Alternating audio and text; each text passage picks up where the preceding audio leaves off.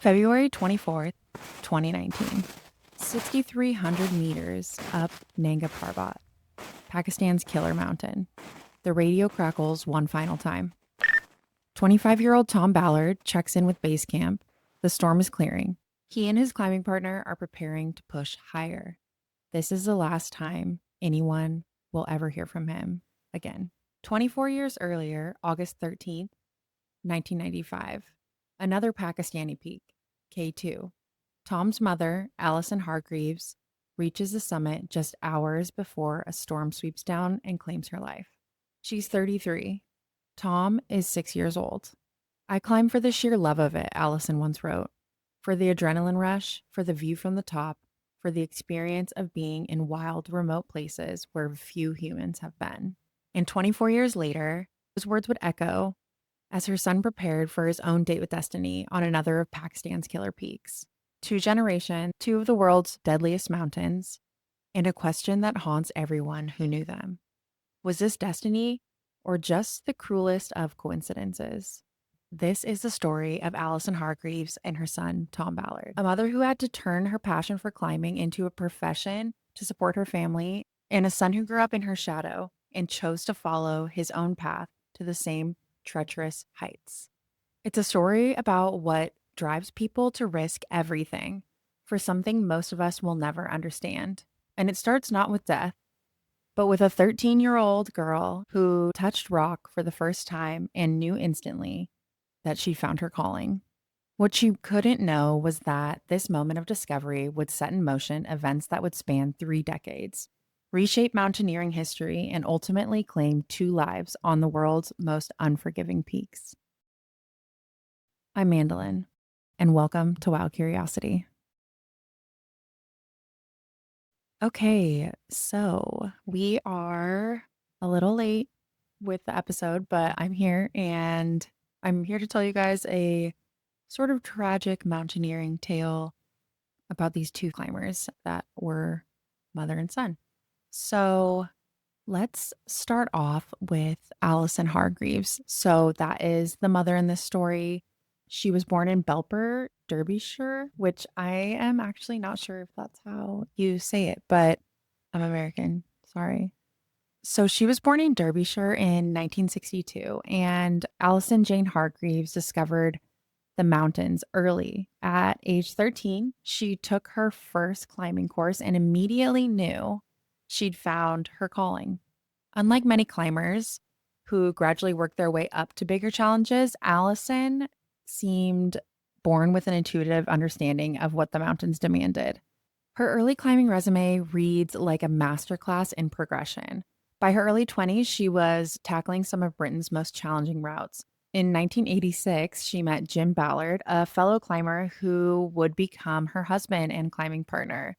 Together, they pushed each other toward even greater heights, literally. But it was Hargreaves' solo philosophy that set her apart. While most climbers relied on teams and fixed ropes and bottled oxygen, especially for high altitude attempts, she believed in a pure approach, saying that the mountain should be climbed for fair means or not at all.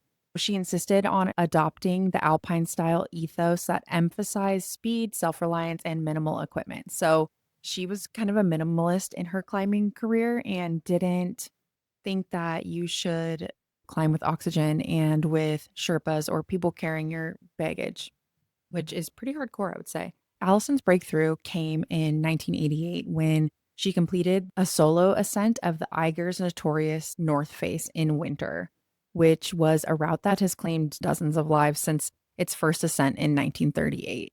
The climb established her as one of Britain's premier mountaineers and caught international attention. Suddenly, sponsorship opportunities opened up, allowing her to pursue increasingly ambitious objectives. So the word started getting out about Alison. She was kind of taking these crazy risks, especially as a woman. So she was kind of a revolutionary climber of her time. But what many didn't realize at the time was that these sponsorships weren't just enabling her climbing dreams, they were also becoming essential to her family's survival. So as she became a better climber and started getting payment through this. She was able to support her family because things at home weren't really going that great. I'm not going to go into too much detail, but Jim Ballard, despite his own climbing abilities, proved unreliable as a provider for his family. His irregular work and inconsistent income meant that Allison increasingly found herself as the family's primary breadwinner, and she was doing this by climbing insane mountains, which is super dangerous. But Jim owned a outdoor, like I think a climbing store, like a climbing equipment store, and it was just never doing that great. They were always having issues. And so she was like, okay, I'm going to have to become a pro climber, I guess, because this is kind of my calling. She said that she had to make climbing work financially. She would later confide to close friends, it wasn't just about personal achievement anymore. I had two children to support. So, this pressure transformed her approach to mountaineering, where once she climbed purely for the love of it, and now she had to consider which expeditions would generate the most media attention, which achievements would attract the most lucrative sponsorship deals, and how to balance the time away from home with the financial needs of her family. So, she really had a lot on her shoulders. And I think that because she was this quote unquote purist climber, that already brought her a lot of attention. But then that means the things that she did harbored more chance for something to go wrong. The early 90s saw Hargreaves methodically checking off some of mountaineering's most prestigious prizes. She climbed the Matterhorn's North Face solo, tackled challenging routes in the Alps, and began setting her sights on the world's highest peaks. Each success built toward her ultimate goal, becoming the first woman to climb Everest solo and without supplemental oxygen. And we have done episodes on Everest or like just the Himalayas in general. And it's up at an area that's so high that the oxygen is so low. I think there's like 60% less oxygen, maybe. Let's see. Okay. On Everest, there is 21% of the oxygen that you have at sea level. And not only this, but the oxygen molecules, because of the lack of them in the air, are really spread out. So apparently, you have to be able to breathe very deeply to even get a small amount of the oxygen molecules into your lungs. That's why they call it the death zone. Anything over 8,000 meters, I believe. Let's look that up. Okay, so this is saying that the death zone is anywhere above 26,247 feet. And so I believe that would be, I think that's 8,000 meters. How many meters is 26,247 feet? Yeah, 8,000 meters. So sorry, I had to do a little research. Got to fact check myself, but I guess I kind of know. Did I say 8,000 or 6,000? Who knows? Anyways, so in the death zone, that's why they call it that, because you could die. I don't know how I feel about climbing with no oxygen. I think it's fucking hardcore. But let's get back to Allison's story. Allison had two children, Tom, who she had in 1988, and then her daughter, Kate, who she had in 1989. The mountaineering community watched with interest. Would motherhood end her climbing career as it had for so many female athletes of that era? She approached the challenge of balancing motherhood and mountaineering with the same systematic precision she brought to route planning. But now, with the added pressure of knowing that her climbing success was directly tied to her children's security. When the children were very young, she often brought them to base camps, turning expeditions into family adventures. As they grew older, some criticized her for taking risks as a mother, while others praised her for refusing to abandon her dreams. So, one thing I don't mention in here that I was just reading about last night was her journals. So, Allison kept journals, I think, from even before she met Tom, but all through the rest of her life, she kept personal journals, and later they were found and read, and she talked about how often she was abused by him, and it was just really heartbreaking. Like, they were constantly fighting. One of the times said like he thumped me in the head right out in the snow while we were like loading the kids in the car, and she didn't know what to do. She felt really unsafe, and so I think climbing was kind of her escape also. Not only was this what she had to do, but it was also her way to feel strong, even though amongst all the abuse, feeling like she could still have some type of power or control over her situation. So not only was it a necessity, but she was good at it, and this was her escape. There was some rumors around the fact that she could have been having I think, pretty short-lived affair with somebody in the mountaineering community, which she was going through so much, and I don't know. Let's talk about her biggest achievements. In 1995, climbing season would prove to be Allison's defining moment. Her goal was unprecedented, especially for a woman, to complete solo ascents of the world's three highest peaks, Everest, K2, and Kanchenjunga, all without supplemental oxygen and all within a single calendar year, which is really crazy. Mountaineering season, as I understand it, I'm not a mountaineer, but is really short in the Himalayas or, in Tibet and Pakistan and all of that. They have a really small season. It's early, I think it's late spring, early summer, and the weather in these places can change on a dime. Very dangerous weather. The Everest attempt began in March 1995, working alone. So usually you have Sherpas, at least one, I think, per climber or two. They carry your gear. They help you set up your tents. They've done the mountain numerous times. So they are born out there in that area. So they're acclimatized. I don't know. So she was working alone without Sherpas or a large expedition team, and she acclimatized methodically. She made multiple trips up the mountain, establishing camps and caching supplies, all while other expeditions watched her progress with a mixture of admiration and concern. Because usually you have to have a guide to do this. Like, this is crazy. People set like fixed ropes that you take up and you clip into and follow so you don't get lost, especially if a storm comes in or something. And they fix ladders, all of that stuff. They make sure you have enough oxygen, food, make you tea, keep you fed, and you just have somebody watching your back that is making sure that you live. So she was doing all of that alone. She was there in March. Usually, I think they climb in May, and so it takes literally like 2 months. Like, you have to spend 2 months there going all the way up.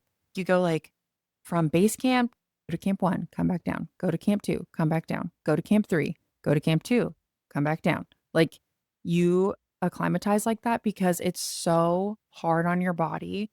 Allison was operating on a different level, recalled fellow climber David Brashear, who was on Everest during the time that Allison was climbing, and he was filming a documentary. And he said, while we had teams of climbers and extensive support, she was up there alone, moving with incredible efficiency and confidence. You go, girl. On May 13th, after weeks, let's be real, after months of preparation, Hargreaves made her summit bid, which the summit bid means that is the day you're going to do the damn thing. Like, you're going to summit. Climbing through the night, she reached the top of the world just as the sun rose, becoming only the second person to summit Everest solo without supplemental oxygen. So the only other person was Reinhold Messner, and he is the first person to summit all 14 8,000-meter peaks without supplemental oxygen. And at this point, I don't think anybody else had done Everest except him solo and without oxygen. And so this was a really big moment for not just the climbing community, but women all around the world, and definitely for Allison. The photograph from the summit shows, I will post this photo, by the way, shows Allison exhaustion and triumph in equal measure on her face. Her oxygen-starved smile is big above her face mask, but her eyes radiate the satisfaction of a goal achieved through pure human effort. Like, how cool to be the first woman to do this. So this really set off her climbing career after this. But now she had this kind of push looming over her head to really go above and beyond. And that is where it brings us to, sadly, the beginning of the end for Allison. So with Everest conquered, Allison turned her attention to K2. And if you guys haven't heard about the mountain K2, it is known as one of the most deadliest fatal 8,000-meter peaks. It's not as high as Everest. It's the second highest peak in the world, but 1 in 4 climbers that go up don't come down. So you have a 25% chance of dying on K2, which I think compared to Everest, that's a pretty big jump. I think it's actually not safe. I'm not saying safe, but I think it's quite safe to climb Everest in comparison to climbing K2. So they call it the Savage Mountain because of that. With Everest conquered, she turned her attention to the Savage Mountain K2, the world's second highest peak, and according to many climbers, it is the most dangerous. Unlike Everest's relative predictable weather patterns and established routes, K2 presents climbers with technical rock and ice climbing at extreme altitude. Combined with notoriously unpredictable storms, K2 doesn't forgive mistakes, said Ed Vester, who is another renowned mountaineer. It's a mountain that demands everything be perfect: the weather, the conditions, the timing, and execution. So Allison arrived at K2 Base Camp in July 1995, which was, just after 2 months after she summited Everest. And she was part of a small international expedition. Her plan remained consistent with her Everest approach: climb alpine style without supplemental oxygen, relying on speed and efficiency rather than siege tactics. The mountain presented immediate challenges, though. Several team members were injured during the approach, and weather windows proved frustratingly brief. By early August, Hargreaves had established high camps and was positioned for a summit attempt, but the weather remained unsettled, which is super common. So I think part of doing this mountain is because of the unpredictability, and then therefore just the extra risk that you take doing it.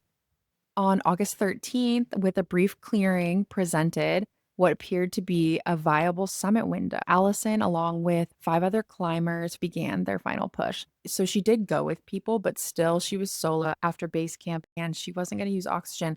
But I do like the fact that there was people with her, so someone was at least like looking out for her. The ascent went smoothly and all 6 reached the summit in the early afternoon. So that was another huge feat, conquered.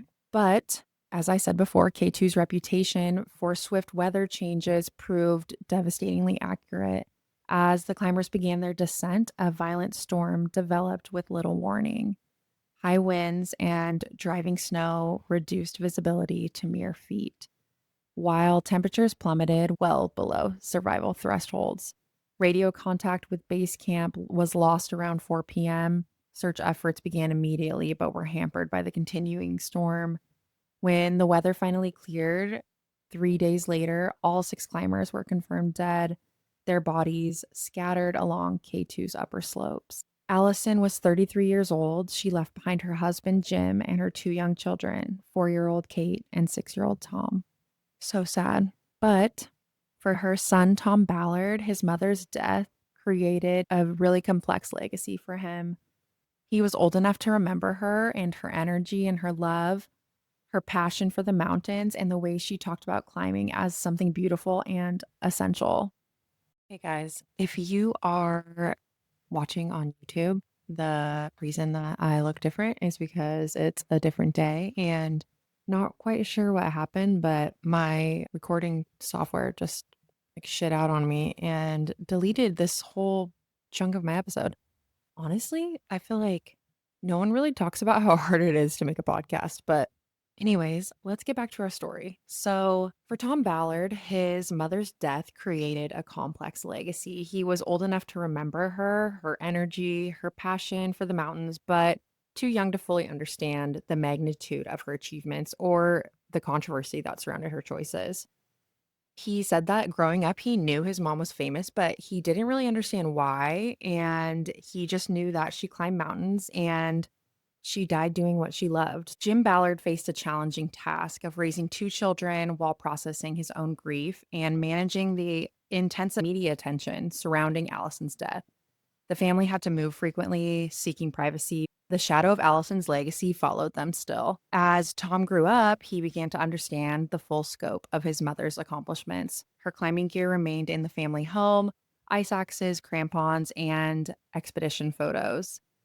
And despite the obvious dangers, Tom was drawn to climbing from an early age. His father, perhaps recognizing the futility of trying to steer him away from the mountains, supported his interest while emphasizing safety and proper preparation. So, Tom's climbing progression was actually remarkably similar to his mom's: systematic, ambitious, and focused on alpine style ascents. He cut his teeth on British crags before moving to the Alps.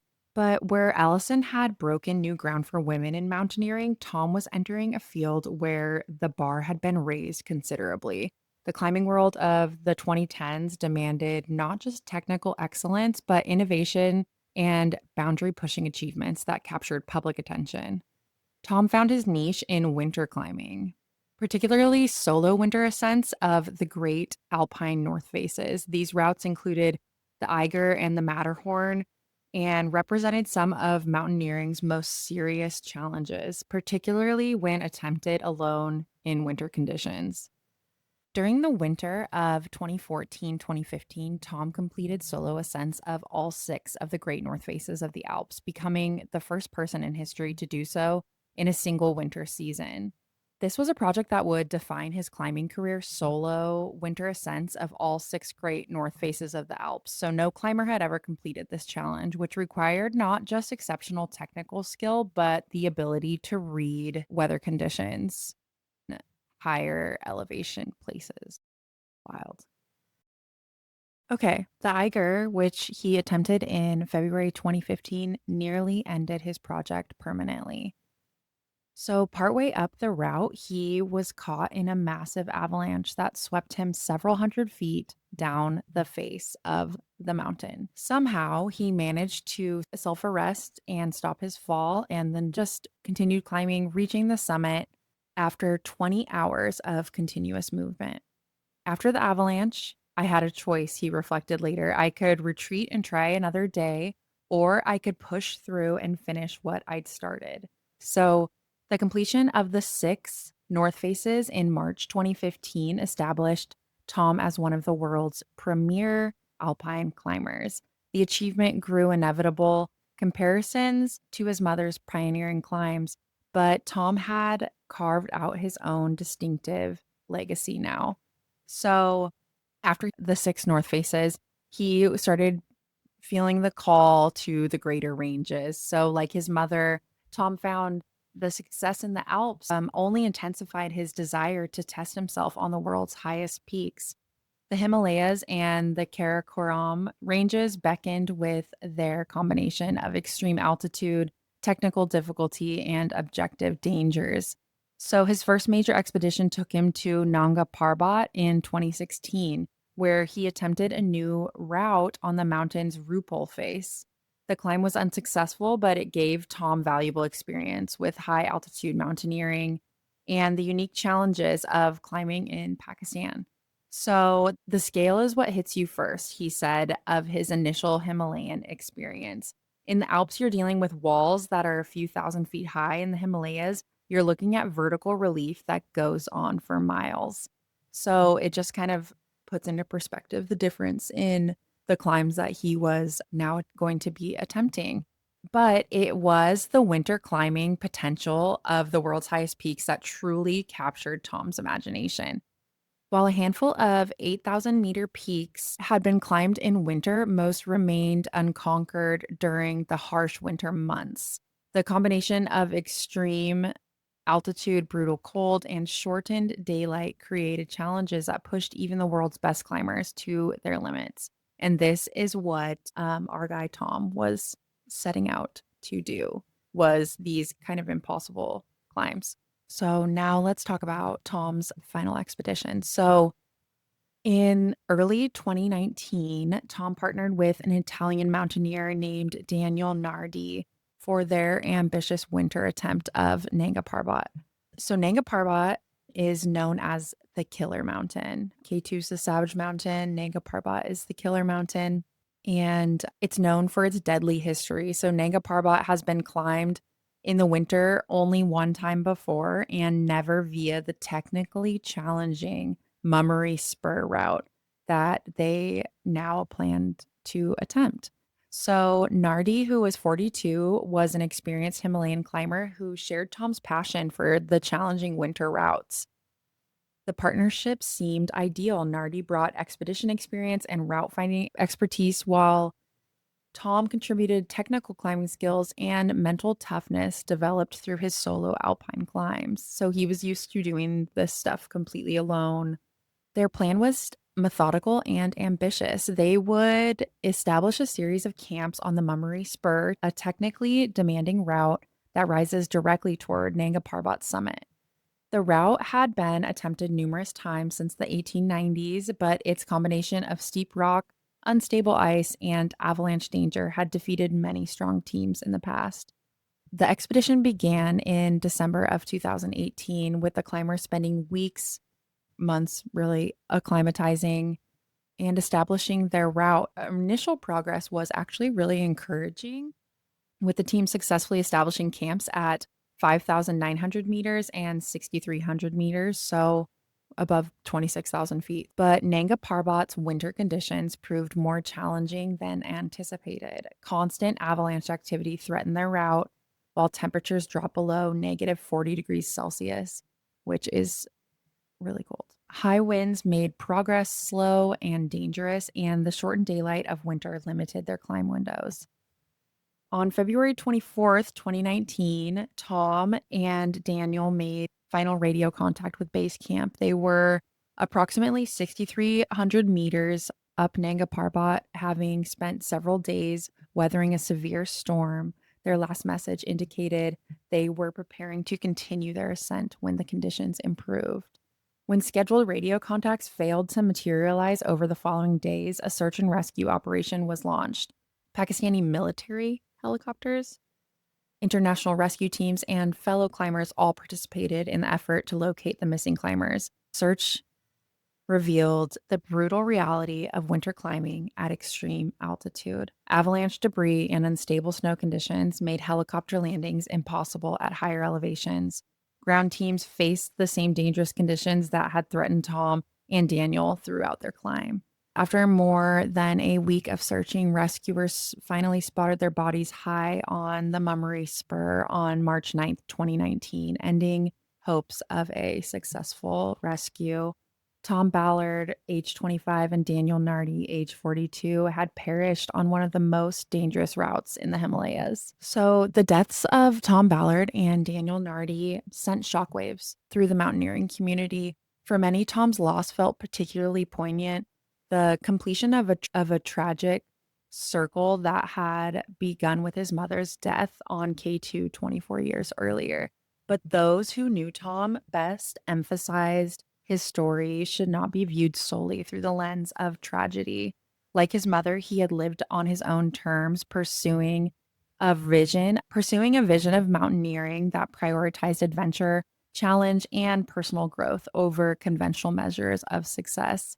Tom wasn't trying to follow his mother's footsteps, said a fellow climber. Tom was creating his own path, one that happened to lead to some of the same places. That's what true climbers do. They follow their own vision regardless of where it takes them. The parallels between Alison and Tom's stories extend beyond their shared fate on Pakistani peaks. Both climbers embodied a philosophy of mountaineering that emphasized personal challenge over commercial success. Both also faced criticism for their choices. Alison was questioned about climbing as a mother. Tom was asked whether he was driven by a need to honor his mother's memory, to prove something about his own capabilities, and both responded with the same fundamental message. They climbed because it was who they were, not to satisfy others' expectations or their judgments. The story of Alison and Tom raises profound questions about risk, passion, and the price of pursuing one's deepest calling.